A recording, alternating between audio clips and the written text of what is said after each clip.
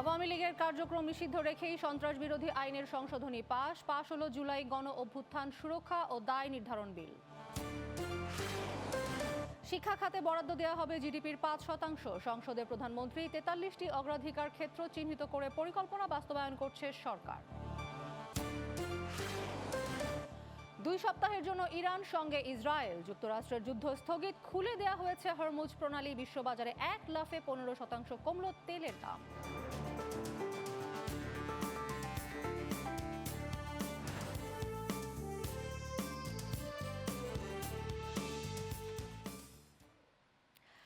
আমন্ত্রণ নিউজ 9-এর শিরোনাম দেখছিলেন, এবারে বিস্তারিত। সঙ্গে আছি আমি মিশু হাসান। আওয়ামী লীগের কার্যক্রম নিষিদ্ধ রেখে জাতীয় সংসদে সন্ত্রাস বিরোধী আইনের সংশোধনী অধ্যাদেশ বিল 2026 পাশ হয়েছে। আজ স্বরাষ্ট্রমন্ত্রী সালাউদ্দিন আহমেদ বিলটি সংসদে উত্থাপন করলে সর্বসম্মত কণ্ঠ ভোটে এটি পাশ হয়। এখন থেকে কোনো ব্যক্তি, রাজনৈতিক দল বা সংগঠন সন্ত্রাসী কার্যক্রমে জড়িত থাকলে নিষিদ্ধ করতে পারবে সরকার। এছাড়া জুলাই গণ অভ্যুত্থান সুরক্ষা ও দায় নির্ধারণ বিল 2026 সংসদে পাশ হয়েছে। আরো জানাচ্ছেন আসিফ হাসান। 2024-এর জুলাই আগস্ট গণ অভ্যুত্থান রুখতে ছাত্র জনতার উপর নৃশংসতা চালায় আওয়ামী লীগ সহ তার অঙ্গ সংগঠন ও আইন শৃঙ্খলা বাহিনী। 5 আগস্ট শেখ হাসিনার পতনের পর সংগঠনটির কার্যক্রম নিষিদ্ধের দাবি ওঠে। ফলে আওয়ামী লীগ সহ দলটির অঙ্গ সংগঠন ও ভাতৃপ্রতিম সংগঠনের কার্যক্রম নিষিদ্ধ করে একটি অধ্যাদেশ জারি করে অন্তর্বর্তী সরকার। কিছুটা সংশোধিত হয়ে বিলটি জাতীয় সংসদে উত্থাপিত হয় বুধবার। নিষেধাজ্ঞা না মানলে নিষিদ্ধ ঘোষিত সংগঠনের জন্য যে সাজা রয়েছে সেটি প্রযোজ্য হতে যাচ্ছে আওয়ামী লীগের জন্য। সংসদে কণ্ঠভোটে পাশ হয় আইনটি।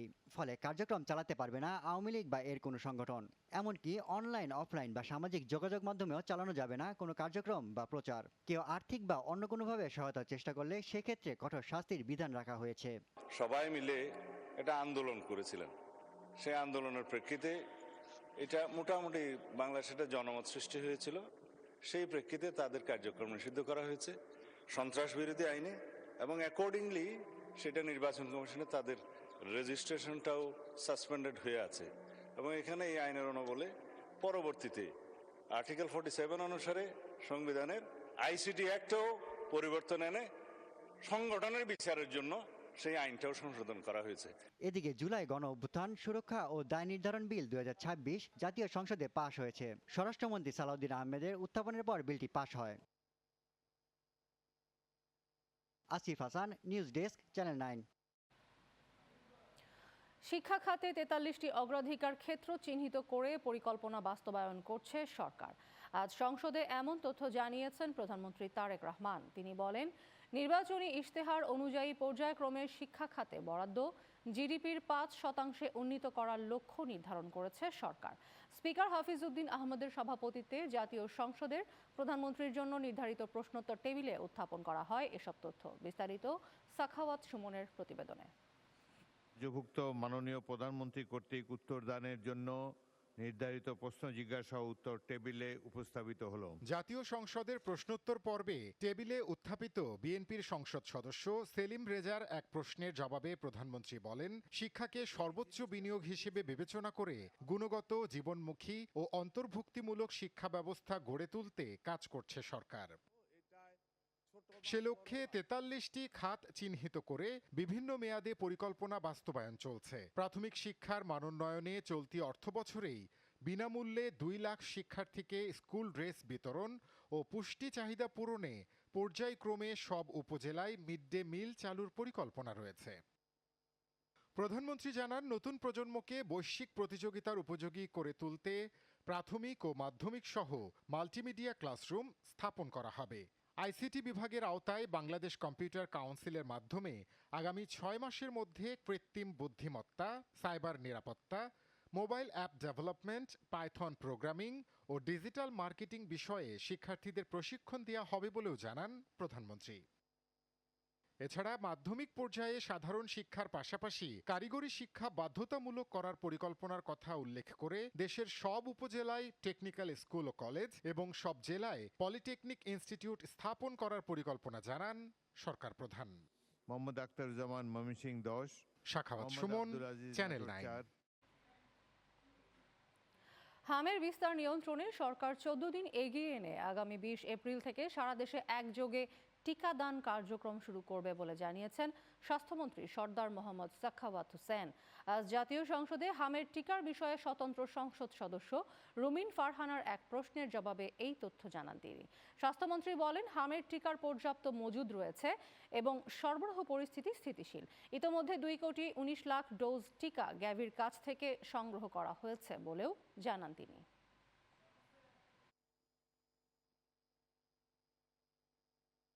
আমাদের টিকার মজুদ আমরা শূন্য থেকে শুরু করেছি, that's very true, but by that time we are rich.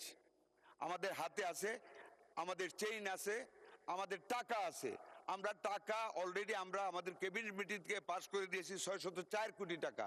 এই সপ্তাহের ভিতরে এডিবি থেকে সুইজারল্যান্ড হয়ে ইউনিসেফের কাছে চলে যাবে। হামের উপসর্গ নিয়ে গত 24 ঘন্টায় আরও 10 শিশুর মৃত্যু হয়েছে। এই নিয়ে এখন পর্যন্ত হামে 21 জনের মৃত্যু হয়েছে, আর সন্দেহজনক হামে মৃত্যু হয়েছে 138 জনের। আজ স্বাস্থ্য অধিদপ্তরের সর্বশেষ প্রতিবেদনে এই তথ্য জানা গেছে। প্রতিবেদনে বলা হয়, গত 24 ঘন্টায় সন্দেহজনক হাম নিয়ে হাসপাতালে ভর্তি হয়েছে 1248 শিশু। দেশে হামে আক্রান্ত মোট শিশুর সংখ্যা 1398, আর সন্দেহজনক হাম নিয়ে ভর্তি রোগীর সংখ্যা 7577।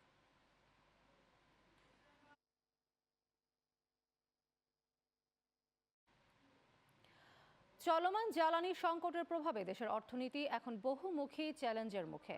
কর্মসংস্থান, বিনিয়োগ প্রবৃদ্ধি সর্বক্ষেত্রে অনিশ্চয়তা তৈরি হয়েছে।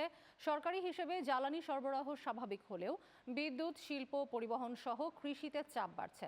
জ্বালানি বিশেষজ্ঞরা বলছেন, জ্বালানি ব্যবস্থাপনায় পরিকল্পিত ও অগ্রাধিকার ভিত্তিক পদক্ষেপ নিতে হবে, আর দীর্ঘমেয়াদী সমাধানে নবায়নযোগ্য জ্বালানি ব্যবহারে গুরুত্ব দেওয়ার পরামর্শও দেন বিশেষজ্ঞরা।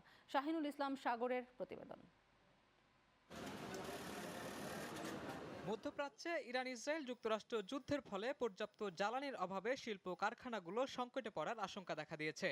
চাহিদা অনুযায়ী জ্বালানি সরবরাহে হিমশিম খাচ্ছে সরকার। এর সঙ্গে যুক্ত হয়েছে আমদানি ব্যয় বেড়ে যাওয়া চাপ, আর গরম বাড়ার সঙ্গে সঙ্গে জ্বালানির চাহিদা বেড়ে উদ্বেগ আরও তীব্র হচ্ছে। এমন পরিস্থিতিতে শিল্প খাতকে অগ্রাধিকার দিয়ে জ্বালানি সরবরাহ নিশ্চিতের দাবি জানিয়েছেন পোশাক ব্যবসায়ীরা। করে যে বিষয়টা হয়েছে সেটা হলো ডিজেল সংকট, এবং অনেকগুলো যেখানে পল্লী বিদ্যুতের লাইন যেই ফ্যাক্টরিগুলোতে আছে সেখানে দেখা যাচ্ছে যে 8 ঘন্টা 10 ঘন্টা ইলেকট্রিসিটি থাকতেছে না, আবার ডিজেলও পাচ্ছে না। এটা কিন্তু আরও মরার উপর খাড়ারগা হবে এবং এটা কিন্তু আরও বেশি ইম্প্যাক্ট হবে। জ্বালানি বিশেষজ্ঞ মোতামিম বলছেন, যুদ্ধবিরতি কার্যকর না হলে সামনের সংকট আরও দীর্ঘ হবে। সেটি মোকাবিলায় পলিসি নির্ধারণ ও ব্যবহার সীমাবদ্ধ করতে পরামর্শ দেন তিনি। যেসব জায়গায় জরুরি ব্যবহার প্রয়োজন সেসব জায়গায় তেল সরবরাহ করতে হবে, এবং তখনকার ব্যবস্থাপনাটা অত্যন্ত গুরুত্বপূর্ণ হবে। কিভাবে আমরা সেই ব্যবস্থাপনা করব, কারণ একটা চরম বিশৃঙ্খলা সৃষ্টি তৈরি হতে পারে। তো সরকারকে এখন থেকে তার প্রস্তুতি নিতে হবে। এই অবস্থায় পরিবহন, খাদ্য সামগ্রী, ভোজ্য তেল, ওষুধ, সার এবং কৃষি সম্পর্কিত উৎপাদন অব্যাহত রাখতে সরকারকে নীতি প্রণয়নে জোর দিতে বলেন মোতামিম। পরিস্থিতি মোকাবিলায় বিকল্প নবায়নযোগ্য জ্বালানি ব্যবহার বাড়ানোর পরামর্শ তার। নবায়নযোগ্য জ্বালানির মাধ্যমে অন্তত বিদ্যুৎ উৎপাদনের একটা ইন্ডিপেন্ডেন্স পাওয়া, তারা সেলফ ইন্ডিপেন্ডেন্ট হওয়া, তো সেটার ক্ষেত্রে আমরা অনেক পিছিয়ে আছি। মোতামিমের মতে, জ্বালানি ব্যবস্থাপনায় পরিকল্পিত ও অগ্রাধিকার ভিত্তিক পদক্ষেপে সংকট সমাধান কিছুটা ফলপ্রসূ হয়। শাহিনুল ইসলাম সাগর, চ্যানেল 9, ঢাকা। দর্শক, জ্বালানি সংকটের আরও খবর নিয়ে সরাসরি যুক্ত হচ্ছেন সহকর্মী SM স্বাধীন। রাজধানীতে জ্বালানি তেলের সংকট নিয়ে আর কি তথ্য আপনার কাছে আছে আমাদেরকে জানাবেন। আর মধ্যপ্রাচ্যে যুদ্ধবিরতি ও হরমুজ প্রণালী খুলে দেওয়ার খবরে সাধারণ মানুষ কি বলছেন?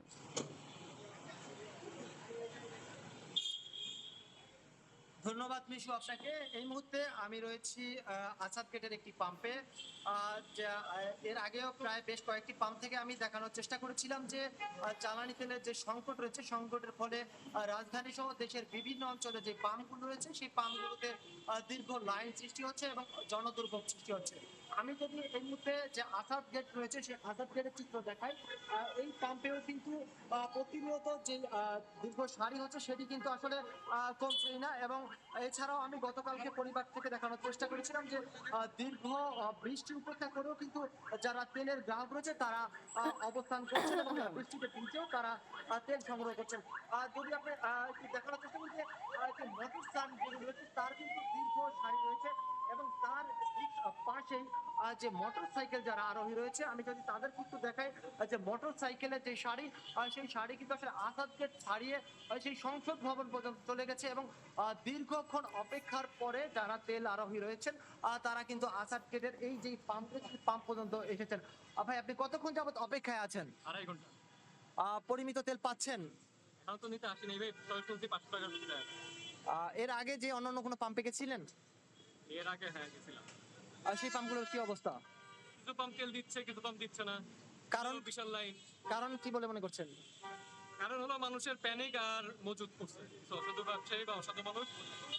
সরকারের পক্ষ থেকে তো বলছে যে তেল রয়েছে। হ্যাঁ, সরকার জায়গা থেকে যথেষ্ট করছে, সরকারের বেশি কিছু করার নেই। আমরা সাধারণ মানুষ আর ব্যবসায়ী যদি সচেতন না হই তাহলে কিছু করার নেই। দর্শক, যেমনটি একজন যিনি তেলের গ্রাহক রয়েছে তিনি জানালেন যে তিনি আসলে দীর্ঘক্ষণ অপেক্ষা করছেন এবং যে তেলের মজুদ করছে অসাধু ব্যবসায়ীরা, তার ফলে কিন্তু যে দীর্ঘ লাইন হচ্ছে এবং জনদুর্ভোগ সৃষ্টি হচ্ছে। আমি যদি যেমনটি দেখানোর চেষ্টা করছি যে এই লাইনটি কিন্তু আসলে অনেক দূর পর্যন্ত চলে গেছে এবং তারা কিন্তু ঘন্টার পর ঘন্টা অপেক্ষা করে এই লাইনে অপেক্ষা করছেন এবং তারা তেল সংগ্রহ করছেন।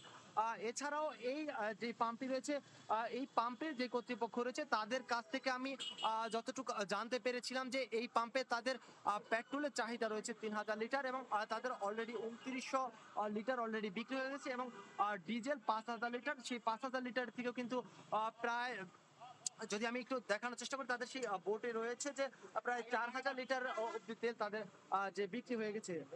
যে যদি আমি এই ছিল আসলে এই পাম্প থেকে আমি যে চিত্রটি দেখানোর চেষ্টা করলাম সেই চিত্রটি আমি আসলে সরাসরি দেখানোর চেষ্টা করলাম। এই ছিল আসলে আসাদ গেটের পাম্প থেকে আমার কাছে সর্বশেষ তথ্য। স্বাধীন, আপনাকে ধন্যবাদ। দর্শক, কথা বলছিলাম সহকর্মী এস এম স্বাধীনের সঙ্গে, জানাচ্ছিলেন রাজধানীর আসাদ গেট থেকে জ্বালানি তেলের সংকট পরিস্থিতি প্রসঙ্গে।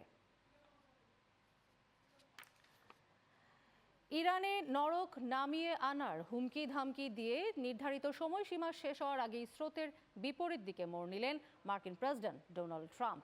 চলমান যুদ্ধ 2 সপ্তাহের জন্য স্থগিত করলেন তিনি। তবে ইরানের দাবি, যুক্তরাষ্ট্র 10 দফা শর্ত মেনে নেয় তারা যুদ্ধবিরতিতে রাজি হয়েছে। এদিকে যুদ্ধবিরতির খুলে দেওয়া হয়েছে হরমুজ প্রণালী। এর কিছুক্ষণ পর বিশ্ববাজারে এক লাফে 15% কমেছে জ্বালানি তেলের দাম। বিস্তারিত দেখুন ডেস্ক রিপোর্টে।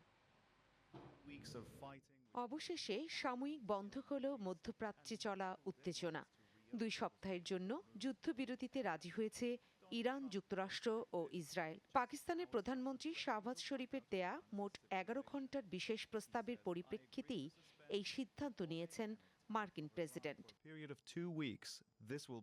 যুদ্ধবিরতির পেছনে একটি শর্ত জুড়ে দিয়েছেন ট্রাম্প। তিনি জানিয়েছেন, ইরান সম্পূর্ণ ও নিরাপদভাবে হরমুজ প্রণালী জাহাজ চলাচলের জন্য উন্মুক্ত করে রাখলে এই স্থগিতাদেশ কার্যকর থাকবে, না হলে যুদ্ধবিরতি ভঙ্গ হবে। যদিও ইরানকে আর ইউরেনিয়াম সমৃদ্ধকরণ করতে দেয়া হবে না বলে সাফ জানিয়েছেন মার্কিন প্রেসিডেন্ট। এদিকে ইরানের দাবি, যুক্তরাষ্ট্রের সঙ্গে চলমান উত্তেজনা ও সংঘাত নিরসনে তাদের দেয়া 10 দফা শর্ত যুক্তরাষ্ট্র মেনে নেয় যুদ্ধবিরতিতে রাজি হয়েছে তারা। শর্তগুলোর মধ্যে রয়েছে ইরান ও তার মিত্রদের বিরুদ্ধে কোনো আগ্রাসন না চালানোর নিশ্চয়তা, পারস্য উপসাগরের কৌশলগত জলপথ হরমুজ প্রণালীতে ইরানের নিয়ন্ত্রণ বজায় রাখা, ইউরেনিয়াম সমৃদ্ধকরণের অধিকার স্বীকৃতি এবং যুক্তরাষ্ট্রের সব নিষেধাজ্ঞা প্রত্যাহার, মধ্যপ্রাচ্য থেকে মার্কিন বাহিনী প্রত্যাহার এবং আঞ্চলিক ঘাঁটি থেকে ইরানের ওপর কোনো ধরনের হামলা না করা, ইরানের উপর আরোপিত সব প্রাথমিক, মাধ্যমিক এবং জাতিসংঘের নিষেধাজ্ঞা তুলে নেয়া, যুদ্ধের কারণে ইরানকে ক্ষতিপূরণ দিতে একটি বিনিয়োগ ও আর্থিক তহবিল গঠন করা, মধ্যপ্রাচ্যের দেশগুলোর সঙ্গে দ্বিপাক্ষিক ও বহুপাক্ষিক শান্তি চুক্তি নিয়ে আলোচনার অনুমতি দেয়া, মধ্যপ্রাচ্যের সব প্রতিরোধ গোষ্ঠীর বিরুদ্ধে অনাগ্রাসন নীতি সম্প্রসারণ করা এবং সব প্রতিশ্রুতি জাতিসংঘের একটি আনুষ্ঠানিক প্রস্তাবের মাধ্যমে অনুমোদন করা। তবে যুদ্ধ বন্ধের প্রস্তাবের পরই হরমুজ প্রণালী খুলে দিয়েছে ইরান। এতে এক লাফে বিশ্ববাজারে জ্বালানি তেলের দাম 15% কমেছে। যুক্তরাষ্ট্র, ইসরায়েল, ইরানের চলমান সংঘাতের সাময়িক যুদ্ধবিরতিকে স্বাগত জানিয়েছে বাংলাদেশ সহ বিশ্ব সম্প্রদায়। News desk, channel 9। দেখছেন নিউজ 9। নিচ্ছি ছোট্ট একটি বিরতি, ফিরে এসে আরো যা থাকছে।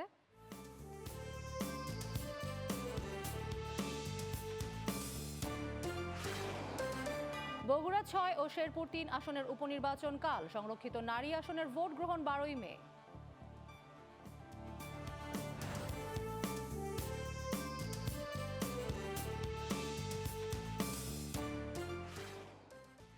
নিউজ 9-এ আবারও আমন্ত্রণ, সঙ্গে আছি আমি মিশু হাসান। দেশের রক্ষণশীলদের প্রভাব বাড়ছে, তবে তাদের চিন্তা চেতনায় কেউ আবদ্ধ হতে চায় না বলে মন্তব্য করেছেন প্রাথমিক ও গণশিক্ষা প্রতিমন্ত্রী ববি হাজ্জাজ। দুপুরে Lalmatia girls high school and কলেজের বার্ষিক ক্রীড়া প্রতিযোগিতা অনুষ্ঠানে এই কথা বলেন তিনি আরও বলেন, দেশের শিক্ষাকে আরও উন্নত ও আন্তর্জাতিক মানের করতে সব ধরনের কাজ করতে প্রস্তুত তার মন্ত্রণালয়। পরে প্রতিষ্ঠানের অধ্যক্ষ আশা প্রকাশ করে বলেন, তার প্রতিষ্ঠানের শিক্ষার্থীরা কোনো অন্যায়ের কাছে মাথা নোয়াবে না। আগামীকাল অনুষ্ঠিত হবে বগুড়া 6 ও শেরপুর 3 আসনের উপনির্বাচন। ইতোমধ্যে এই 2 আসনের ভোট কেন্দ্রগুলোতে ব্যালট পেপার সহ প্রয়োজনীয় সরঞ্জাম পাঠানো হয়েছে। সকাল 7:30 থেকে বিকেল 4:30 পর্যন্ত বিরতিহীনভাবে ভোট গ্রহণ চলবে। এর আগে ত্রয়োদশ জাতীয় সংসদ নির্বাচনে বগুড়া 6 আসন থেকে জয়ী হন বিএনপি চেয়ারম্যান তারেক রহমান। একাধিক আসনে নির্বাচিত হওয়ায় তিনি আসনটি ছেড়ে দিলে তা শূন্য ঘোষণা করা হয়। অপরদিকে গত 4 ফেব্রুয়ারি অসুস্থতাজনিত কারণে মৃত্যুবরণ করেন শেরপুর 3 আসনের বাংলাদেশ জামায়াতে ইসলামী মনোনীত প্রার্থী নুরুজ্জামান বাদল। এই ঘটনায় এই আসনের নির্বাচন স্থগিত করে নির্বাচন কমিশন। ত্রয়োদশ জাতীয় সংসদের সংরক্ষিত নারী আসনের ভোট গ্রহণ অনুষ্ঠিত হবে আগামী 12 মে। মনোনয়নপত্র দাখিলের শেষ তারিখ 21 এপ্রিল। সকালে নির্বাচন ভবনে সংরক্ষিত নারী আসনের তফসিল ঘোষণা করেছেন ইসির সিনিয়র সচিব আক্তার আহমেদ। তফসিল অনুযায়ী 22 ও 23 এপ্রিল মনোনয়নপত্র যাচাই বাছাই হবে। আপিল আবেদন করা যাবে 26 এপ্রিল, আর আপিল নিষ্পত্তি হবে 27 ও 28 এপ্রিল। এছাড়া প্রার্থীতা প্রত্যাহারের শেষ তারিখ 29 এপ্রিল এবং প্রতীক বরাদ্দ হবে 30 এপ্রিল। মনোনয়নপত্র দাখিল করতে হবে ইসির সচিবালয়ে।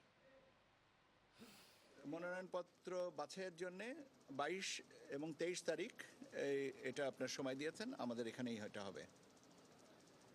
আপিল আবেদন 26 তারিখ, এটা রোববার, যদি কেউ আপিল করেন তাহলে এটা।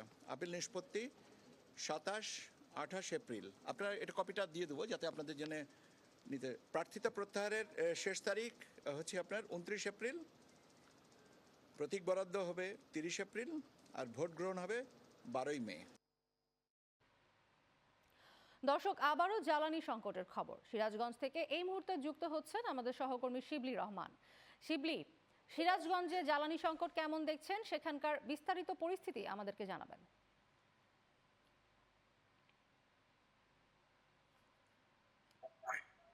হ্যালো,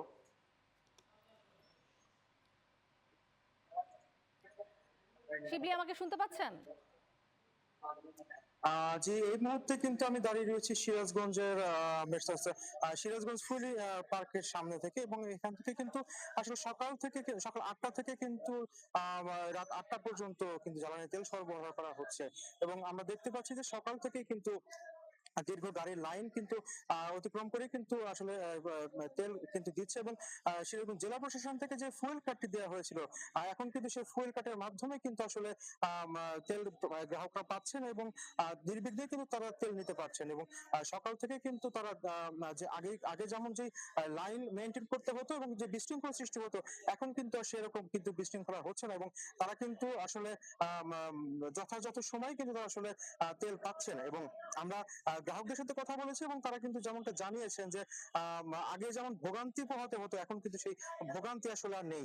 তারা কিন্তু স্বস্তির সাথেই কিন্তু তেল নিতে পারছেন এবং গাড়ি চালক যারা আছেন, যারা ডিস্ট্রিক্ট গাড়ি চালাচ্ছেন, তারাও কিন্তু আমাদের কাছে কিন্তু স্বস্তি প্রকাশ করেছেন যে আগে যেমন মোটর বাইক অথবা নিজস্ব গণপরিবহন ব্যতীত যে পরিবহনগুলো ছিল, সেই পরিবহনে কিন্তু আসলে অনেকটাই ঝামেলা পোহাতে হতো। তারা কিন্তু এখন কিন্তু সেই ফুয়েল কার্ডের আওতায় আসার পর থেকে কিন্তু আসলে সেই ঝামেলা কিংবা যে ভোগান্তি সেটা কিন্তু আসলে নেই। তো সিরাজগঞ্জ থেকে এই ছিল আমার কাছে তেল সংকটের সর্বশেষ। শিবলি, আপনাকে ধন্যবাদ। দর্শক, কথা বলছিলাম আমাদের সহকর্মী শিবলি রহমানের সঙ্গে।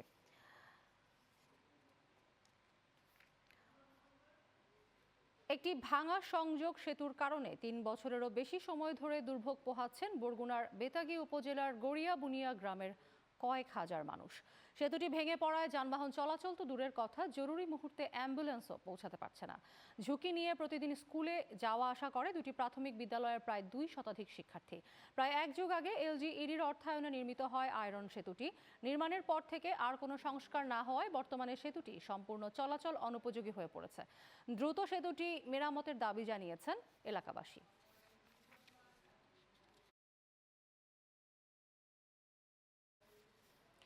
নিউজ 9-এ নিচ্ছি এই মুহূর্তে আরও একটি বিরতি, ফিরে এসে যা থাকছে।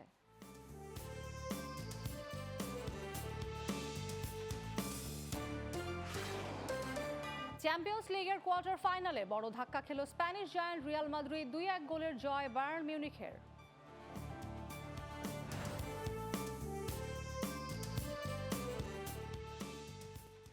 নিউজ 9-এ আবারও আমন্ত্রণ, সঙ্গে আছি আমি মিশু হাসান। দর্শক, শিল্পাঞ্চল গাজীপুর থেকে জ্বালানি তেলের সংকট নিয়ে এই মুহূর্তে সরাসরি যুক্ত হচ্ছেন আমাদের সহকর্মী আরিফ খান আবির।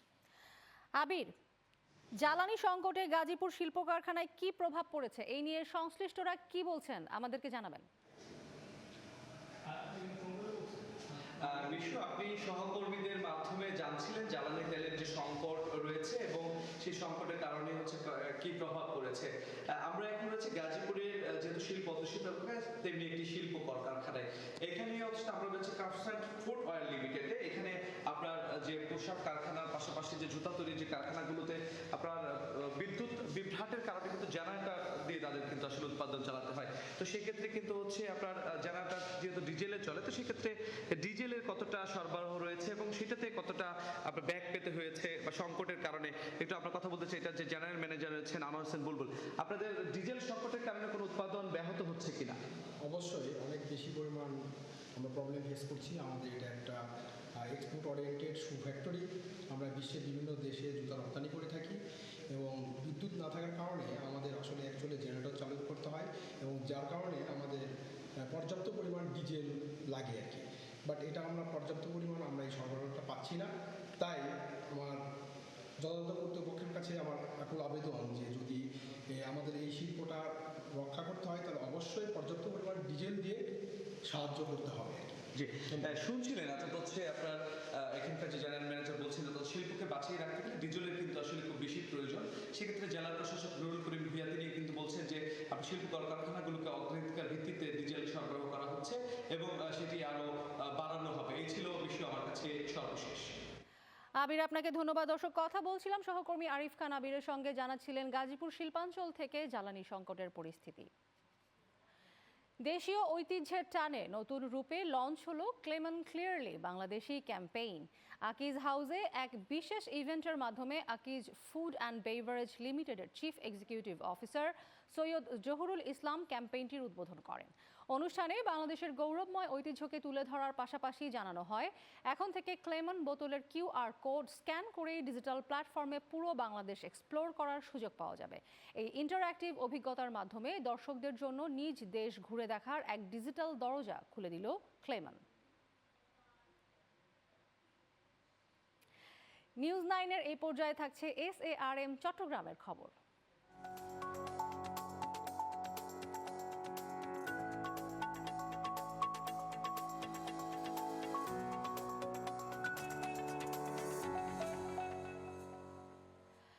চট্টগ্রাম শহরের পরিবেশগত অবকাঠামো আধুনিকায়নের লক্ষ্যে গৃহীত integrated solid waste and drainage management project এর অগ্রগতি পর্যালোচনায় বৈঠক করেছেন নেদারল্যান্ডসের রাষ্ট্রদূত জোরিস ভ্যান বোমেল।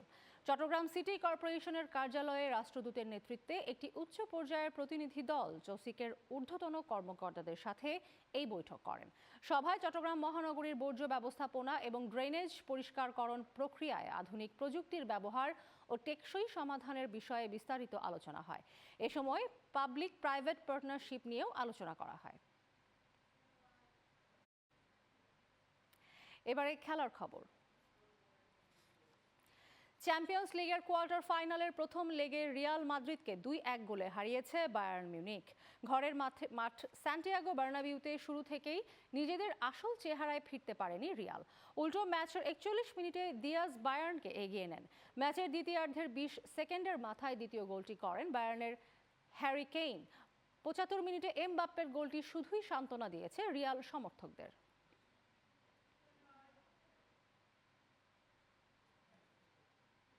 দর্শক, বিদায় নেবার আগে শিরোনামগুলো জানিয়ে দিচ্ছি আরও একবার।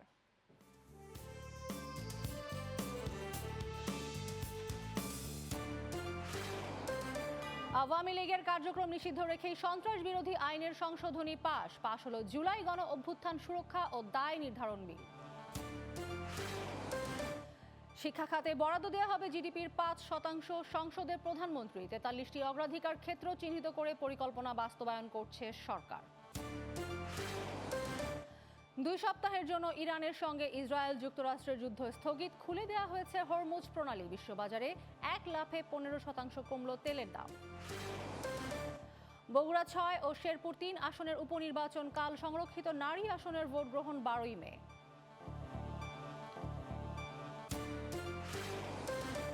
চ্যাম্পিয়ন্স লিগের কোয়ার্টার ফাইনালের প্রথম লেগে বড় ধাক্কা খেল স্প্যানিশ জায়ান্ট রিয়াল মাদ্রিদ। 2-1 গোলের জয় বায়ার্ন মিউনিখের।